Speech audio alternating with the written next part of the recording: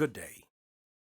You're welcomed to the Thursday articles with the eRead Project. And today we are going to discuss an article by Andrew Kenny. It was written on May 8, 2022. Our last two articles, the first one, which was Professor Chileja Marala, was focusing on the importance of science literacy. And my follow-up question was, how are we going to instill science literacy in our people if they are struggling to make ends meet and they can't put food on the table? I mean, is science literacy going to make sense to them? And I was like, maybe we should look into an article on agriculture and see how is South Africa producing food so far. And I got an article by Dr. Mkabela, who is also an agricultural economist, and he was writing on AI and agriculture, how we have to adopt these technologies to enhance food production, I guess, and other agricultural milestones we might have as a country. And I felt like, okay, he hit the mark because he really asked an important question. I mean, and he was raising, of all the barriers that would obviously hinder the progress of such, technologies being incorporated into the agricultural sector to ensure that they enhance, food production. So he asked a very important question to say, if, with our recent power problems, are we going to be able to do that? And that struck me, and I was like, okay, the next article, which is the article that we are going to be reading now, we need to look at what's going on with our electricity and is there solutions and whatnot, because I do believe that a lack of electricity and power will obviously hinder the progress in most sectors, education, business, and everything combined. Because all these technologies, all these, they will require that we have power. Now, with that said, let me just shoot straight into it. So, this is an article that will take us about maybe 10 to 15 minutes, but it will expand a little bit. I will try to to cover it in lesser time. So, and ignore the noise outside. I live in the township. There's just too much noise. So bear with me. Anyway, the title of the article is "Who Ruined Our Electricity Supply?" and it was written on May 8, in fact, not written, but published on May 8, 2022. So he begins with a question. He says, who ruined South Africa's electricity supply, which was once the best in the world? Was it Eskom, the ANC, other malign influences, or other idiocies? He answers it by saying, actually, it was all of the above, although this seems a little understood or misunderstood, I think he tried to say. Recently, the topic and the attending blame game became more intense. So he continues to say, in Parliament last week, there was a heated debate on the wretched state of our electricity system in which Pravin Gordhan, Minister of Public Enterprises, made muddled excuses for Eskom's woeful performance and then gave a spectacularly unconvincing assurance that the ANC would put everything right. We are the people who are trying to fix institutions, like Eskom attested. Pravin, we will succeed at the end of the day. This must have cost a run on candles and diesel generators. Last month, before Parliament's Standing Committee on Public Accounts, SCOPA, Msavuso, an Eskom board member who believes strongly in transformation, accused the ANC of meddling in Eskom's affairs and making them worse. The chairman, Mkhuleko Hlengwa of the IFP, accosted her, saying her remarks had no place in the meeting. She walked out. He has since apologized. Was she right to blame the ANC rather than Eskom for our energy calamity? It is perfectly true that almost every public institution and almost all of our infrastructure, which had been working reasonably well before 1994, have been ruined since the ANC came to power. Passenger rail, freight trains, ports and harbors, SAA, municipal water supply and sewage, and Eskom, all have crippled. Much of this is because of plain looting and corruption by the ANC, but probably more is because of their official racial ideology, which includes transformation, kicking out skilled whites, affirmative action, making appointments on skin color and political affiliation rather than merit, qualifications and experience. BEE procuring shoddy goods and services at high prices from the ANC chums and cronies, and employment equity, striving to ensure that whites, who are less than 8% of the total population, are also less than 8% of any profession, unless, of course, they are teachers at a posh school to which the ANC elite sends its children. Eskom has suffered badly under these destructive policies, but Eskom has suffered other problems too and other destructive policies from outside the ANC. I think we'll take a pause here and really just reflect on what he just said. First of all, he speaks about Miss Msavuso complaining that the ANC is meddling in Eskom's affairs. I do think she had a point. I don't think the ANC should be trying to be the boss at Eskom because, first of all, they're not inclined to discuss energy issues because they're not engineers. I don't know Miss Mavuso's, professional accolades, but if she is in the Eskom board, and she must have great accolades that put her there, and I believe that she has a say within the Eskom's, I guess, board because she's a board member apparently, and so I agree with her.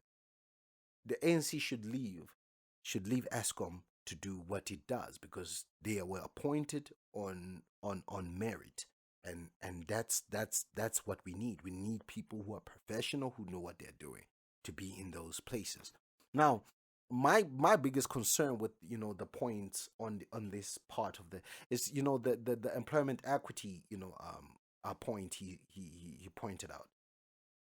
The employment equity could have probably been the problem, but I don't think the way he's putting it, like it's like we were African, I guess, people were kicking white people out and skilled white people. I don't think so. I think some of the skilled white people actually left because they couldn't work with African people for reasons they only know, or for reasons only God knows. I'm not saying all of them went kicked out, but I don't think it was all of them who were kicked out. And we have seen with the recent happenings in the country that a lot of white people actually leave in the country because they feel like the NC is just destructive, and so I mean, some white people have left because they wanted to leave, so no one chased them out of those positions, but they couldn't, maybe for their own reasons, they couldn't work in those institutions anymore. And he speaks about before 1994, which is a really, it's really concerning that he pointed out that before 1994, obviously, before 1994, Eskom was supplying electricity to a very small group of people. And maybe I'm wrong, but in my understanding, we didn't get power at least until after 1994, and so now Eskom was obviously supplying to a larger group of people. So obviously they had to build more power stations and whatnot, which they didn't. And it's something maybe he'll touch on as I continue with the article. And and they didn't. I mean, Eskom didn't do that. And so, could it be that we are supplying to a larger group of people now? Because now it's everyone, it's industry, it's people in the townships, it's everyone is getting electricity now, and so that means we have to have more capacity to produce for everyone. So maybe they would have failed, we don't know. But anyway, let's continue. He says, insane idea. The rot in Eskom began in about 1990, before the ANC came to power. Senior white Eskom managers were mostly to blame. They had the insane idea that Eskom had too much generation capacity and were actually encouraging projects that used a lot of electricity. In 2006, a year before we ran out of electricity, Eskom signed up to supply electricity for a big new aluminium smelter at Kweiga or Kuga, I don't know. In the election campaign of 1994, the ANC promised jobs, jobs, jobs, and 6% economic growth. Both promises were quite reasonable for a developing country with all the advantages of SA in 1994. Such economic growth would have required a massive increase in electricity generation. Yet neither Eskom nor the ANC wanted to build more stations. This was Eskom's original sin, the mother of all its subsequent problems. The failure to build power stations went by the simplest calculation, by the most obvious graph, by a chorus of commentators, including me. It was blindingly obvious we had to have them. Actually, economic growth under the ANC was much lower than predicted, but still, we ran out of electricity in 2007, which delivered a shattering blow to the SA economy, from which it has never recovered. A strange mixture of fashions and ideologies, coming as much from the white managers of Eskom as much as the black deployed cadres, maybe more so, caused Eskom to make all sorts of stupid decisions. At the time, there was the worldwide fashion of privatizing electricity supply. Okay, so he has sort of like pointed out that it was not ANC's fault. It was actually, the senior managers at Eskom, before 1994. So it's clear that obviously, yes, the ANC didn't fulfill most of its promises, and maybe the ANC was wrong, for not fulfilling its promises. But Eskom was also wrong for not building the power stations. Maybe it was to spite the ANC. Maybe it was in their sort of like, yeah.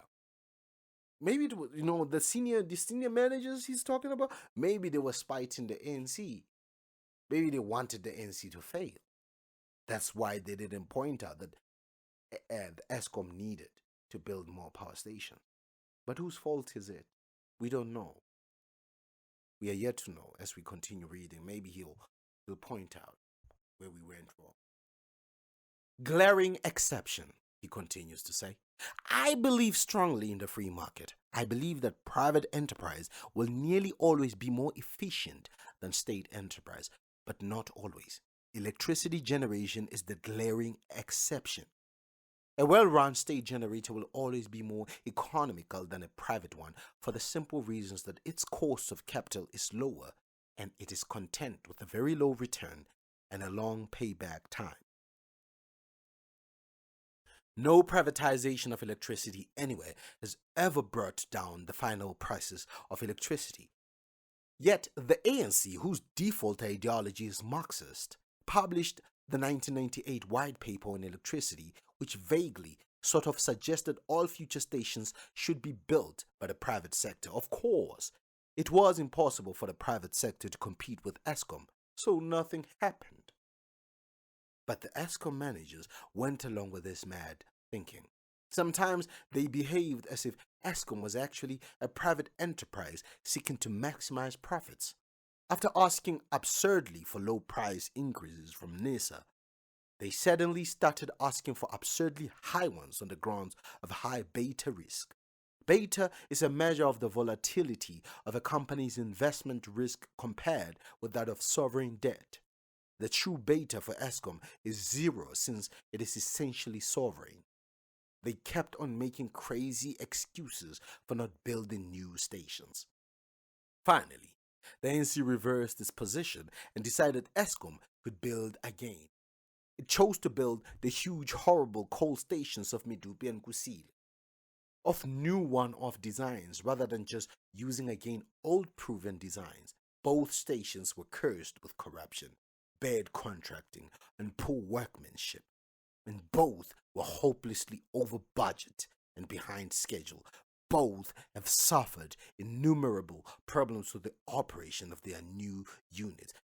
Because there were not enough of them, the existing coal stations were run too hard, with not nearly sufficient maintenance.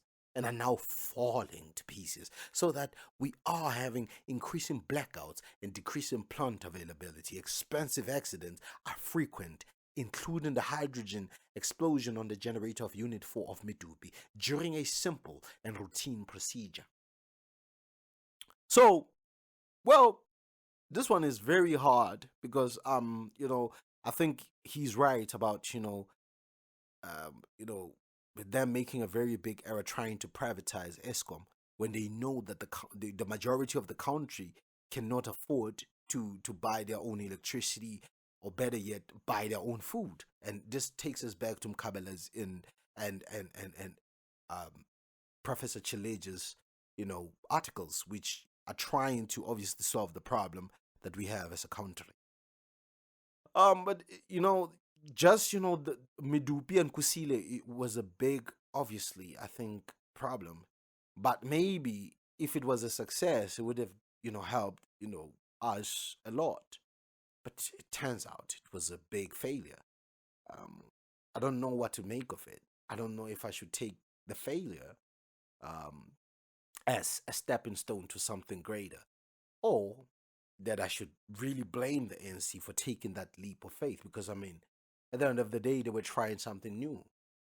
In order for us to adopt new technologies which could be very effective, we have to take leaps of faith, and we don't know where that's going to lead us. And unfortunately, history has proven to us that sometimes adopting new methods could be detrimental to our to our future. And so this is a very good lesson. In moving with the times, we should tread slowly and understand things. So we are here right now, and we I don't know how we're gonna come out of it, but we are here right now. Medupi is a mass, Kusile is a mass. We need to obviously figure out how we're going to move forward. And so let's continue to hear what he says. He says, the green threat. Then came new enemies of good electricity. Under President Zuma, the Gupta brothers, representing a kind of super BEE, captured Eskom assets and senior appointments. From a completely different direction came the green threat, solar and wind, which are wonderful for off-grid applications but useless for grid applications, were forced upon by green zealots. Under the wretched Renewable Energy Independent Power Producers Procurement Program, which began in 2013, Eskom was compelled by the NC government to buy unreliable intermittent solar and wind electricity at very high prices. This electricity almost never comes when it is most needed, and usually comes when it is not needed at all. Eskom received compensation for the prices it had to pay for this awful stuff, but not for the much more important system cost of converting unreliable to reliable electricity, which I estimate is at least 200 cents per kilowatts per hour. If a solar company says its price of electricity is 20 cents per kilowatt hour, the final cost to Eskom will be 220 cents per kilowatt hour. Under the Department of Energy, the Integrated Resources Plan, the IRP, had legal weight. IRP 2019 is a plan for new electricity supply until 2030. It is like a suicide note for electricity supply. It embraces all the energy technologies, especially solar and wind, that have sent electricity prices soaring wherever they have been used for great electricity, and electricity failures increasing. Europe is in an energy crisis in large part because of the mounting costs and problems of solar and wind.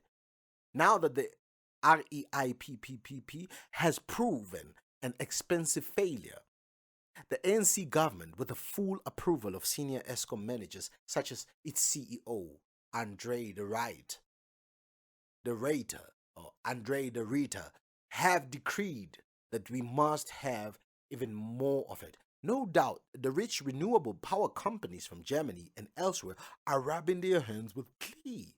Expect to see glossy advertisements and long articles in our mainstream media about the wonderful benefits of renewable energy. I think that he's right when he, points out that, sometimes renewable energy is a good thing, yeah, because maybe there's less carbon emissions, into the atmosphere, which is probably a good thing. But we don't know when wind energy is going to be there and how much of it is there and how much it can produce. You understand? Because we don't know. Like, can we really produce electricity at that capacity to run industries like mining? It's really, really questionable. And, you know, to top it off with the fact that we don't know when wind is going to be there and how much of it is going to always be there and how much of, the power we can store and for how long. Maybe in places like, the Kalahari, in the Kalahari in the Northern Cape, can that probably work with, solar energy? But um, we don't know how this is gonna work. But I don't understand it. I would like to engage Mr. Andrew on this, so just so I can get a clearer picture of it.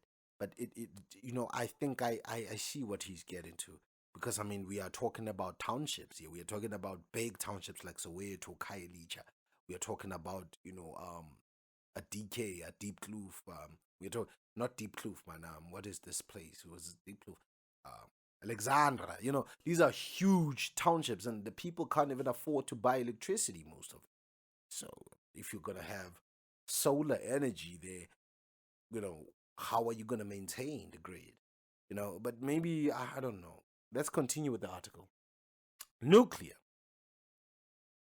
Our best new source of electricity is nuclear, which is safe, clean, reliable, sustainable, affordable. It so happens that it also it so happens that it also emits no CO2 in operation, which I don't see as an advantage, but which the Greens do. However, the Greens are against it anyway. Kubak, our only nuclear station, has been a great success despite recent bumbling with the replacement of its steam generators. We need more nuclear, and as soon as possible, which unfortunately would only be about 2032. In the ANC, the energy minister, Gwede Mantashe, does seem in favor of nuclear. I don't know about the rest of the ANC. What do senior Eskom managers think of new nuclear? I don't know, but I have little confidence in their opinion. What about the other political parties? Could we expect a more logical energy policy if any of them came to power? The DA's Shadow Minister of Energy, Kevin Milliam, speaks the standard nonsense about solar and wind. He also just quotes their prices, leaving the solar panels and wind turbines, not their final prices after system costs have been added. However, I believe there are others in the DA with more sensible views on energy. In the parliamentary debate last week, the EFF's Piwaba Matokwe made some good remarks about the need to stop the corrupt coal contracts and about the disgraceful negligence leading to the Mitupi generation explosion. But she then spoke racist nonsense about the need to fire the Raite for being an incompetent old white male. She might not have noticed plenty of incompetent young black males in Eskom. I don't know what thoughts, if any, the EFF has about energy sources. In fact, I don't know of any political party in SA with sound energy policies. Mind you, I don't know of any in Britain either. Our short term energy future looks bleak. We shall have load shedding for at least another 10 years, and it will cramp economic growth and any chances of reducing unemployment. All we can do in the meantime is try to get the existing stations in better repair and try to find temporary sources of reliable electricity, such as the much maligned power ships. After 10 years, will we do the right thing and go nuclear? I have no idea. He ends it like that. It's a very it's a very important article because it speaks about the future of South Africa and who's mostly impacted by this. I mean, the poor people are impacted by this. I know I'm from the township. I'm in the township recording this in the dark because there's no power. The only power I have right now to record this is on my laptop. That's it. And I'm with him. If we have to go nuclear just so I can have power 24/7, let's go nuclear.